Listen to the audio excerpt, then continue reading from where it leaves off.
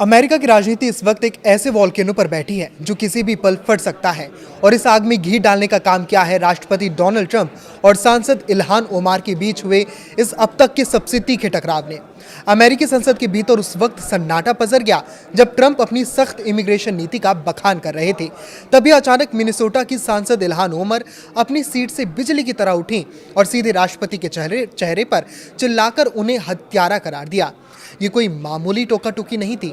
OMR बार बार Trump के मुंह पर ये शब्द चीखती रहीं, जबकि ट्रंप ने भी हार नहीं मानी और उनकी आवाज को दबाने के लिए अपना वॉल्यूम और स्पीच की रफ्तार बढ़ा दी।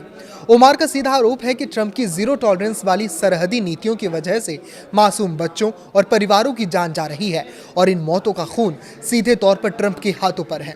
ट्रंप ने भी इस हमले का जवाब उसी अंदाज में दिया जैसा कि उनसे उम्मीद की जाती है। उन्होंने ओमार को सरेआम देश से नफरत करने वाली बताया और आरोप लगाया कि वो अमेरिका की सुरक्षा को खतरे में डाल रही हैं।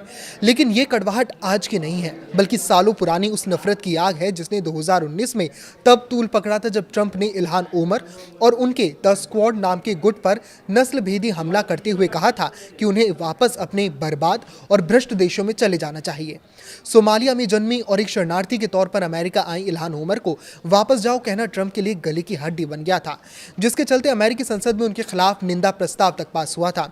आज जब सुप्रीम कोर्ट ने ट्रंप की टैरिफ पॉलिसी को अवैध बताकर उन्हें कानूनी झटका दिया है, ऐसे में इल्हान ओमर का ये सीधा हमला उनके जख्मों पर नमक छिड़कने जैसा है। इंटरनेट अब दो धड़ों में बट चुका है, जहां एक तरफ लोग ओमार को साहसी बता रहे हैं, वहीं ट्रंप समर्थक इसे अमेरिका के राष्ट्रपति पद का घोर अपमान और राष्ट्रीय सुरक्षा से खिलवाड़ मान रहे हैं। एक मुस्लिम महिला सांसद जो बचपन में शरणार्थी बनकर आई थी, उसका सीधे सत्ता के सबसे शक्तिशाली गलियारे में राष्ट्रपति को चुनौती देना यह साफ कर देता है कि अमेरिका में अब व्हाइट नेशनलिज्म और अल्पसंख्यक अधिकारों के बीच की ये जंग सड़क से निकलकर संसद के भीतर एक महायुद्ध का रूप ले चुकी है। इस पर आपकी क्या राय है, हमें कमेंट करके जरूर बताएं, लाइक करें, शेयर करें और इसी तरह जुड़े रहें। नमस्कार।